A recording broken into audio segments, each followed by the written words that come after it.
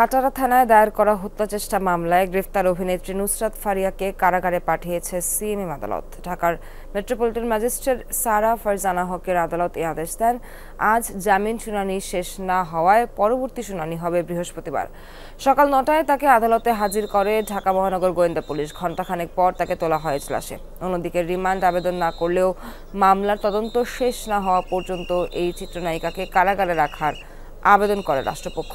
অন্যদিকে জামিন আবেদন করেন আসামি পক্ষের আইনজীবী। দুপক্ষের কথা শুনে বিচারক নুসরাত ফারিয়ার জামিন আবেদন নাকচ করে দেন। এর আগে গতকাল সকালে থাইল্যান্ড যেতে শাহজালাল আন্তর্জাতিক বিমানবন্দরে গেলে ইমিগ্রেশন পুলিশ তাকে আটকে দেয়। পরে তাকে তুলে দেয়া হয় ভাটারা থানা পুলিশের কাছে। এরপর ফারিয়াকে গ্রেফতার দেখিয়ে জিজ্ঞাসাবাদের জন্য বিকালে নেওয়া হয় মিন্টো রোডের গোয়েন্দা পুলিশ কার্যালয়ে। ভাটারা থানার একটি হত্যাচেষ্টা মামলায় ২০৭ নম্বর ব্যক্তি হিসেবে তার নাম রয়েছে। সরকার পক্ষ বলেছে উনি পালিয়ে যেতে চেয়েছেন।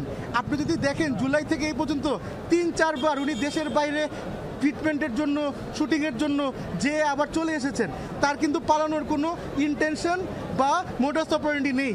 তার বিষয়ে আরও কাগজপত্র সহ আরও তথ্য প্রমাণ সহ তাকে জামিন শুনানির বিষয়টা করার জন্য প্রতিবেদন দেওয়ার জন্য আগামী ২২ তারিখ নির্ধারণ করা হয় এবং আজকে তাকে সিডব্লিউ মূলে জেল হাজতে প্রেরণ করা হয়।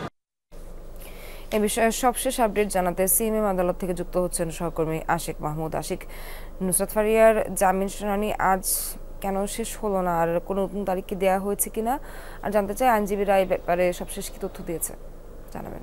প্রাণ সসের মাখামাখি টেস্ট নুডলসকে করে তোলে আরো ইয়ামি আরো জোস। প্রাণ সসের সোহার নুসরাত ফারিয়ার জামিন শুনানি আংশিক হয়েছে আজ এবং পূর্ণাঙ্গ শুনানির জন্য আগামী বৃহস্পতিবার নতুন তারিখ নির্ধারণ করেছে আদালত। এবং আদালত বলেছেন, আমরা শুনানির সময় যেটি শুনেছি যে তদন্ত কর্মকর্তাকে এই মামলার আরও তথ্য এবং যে সকল প্রমাণাদি রয়েছে সব কিছু উপস্থাপন করতে বলা হয়েছে কোর্টে।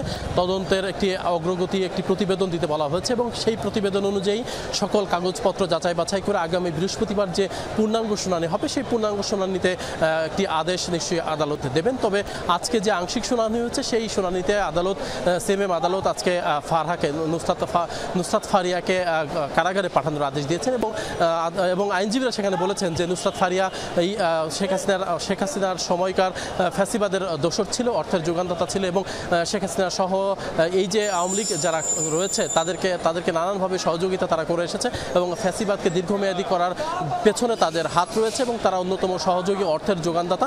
এটি রাষ্ট্রপক্ষের আইনজীবীরা কিন্তু আদালতকে বলেছেন এবং এর পরিপ্রেক্ষিতে আসামি পক্ষের যারা আইনজীবী ছিলেন তারাও কিন্তু জামিনের আবেদন করেছিলেন এবং তাদের জামিনের আবেদনের উপরও আংশিক শুনানি হয়েছে এবং আসামি পক্ষের আইনজীবীরা বলছেন যে নুসরাত ফারিয়া পালিয়ে যেতে চাননি। তিনি শেখ হাসিনার সরকার পতনের পরও বেশ কয়েকবার বিদেশে গেছেন এবং বিদেশে গিয়ে তিনি আবার দেশে ফিরে এসেছেন। তার মানে তার পালিয়ে যাওয়ার কোনো ইচ্ছাই ছিল না। আর জুলাই আগস্টের আন্দোলনের সময় শেখ হাসিনার ছাত্রদের পক্ষে তার অবস্থান ছিল, সেটিও কিন্তু আইনজীবীরা বলেছেন।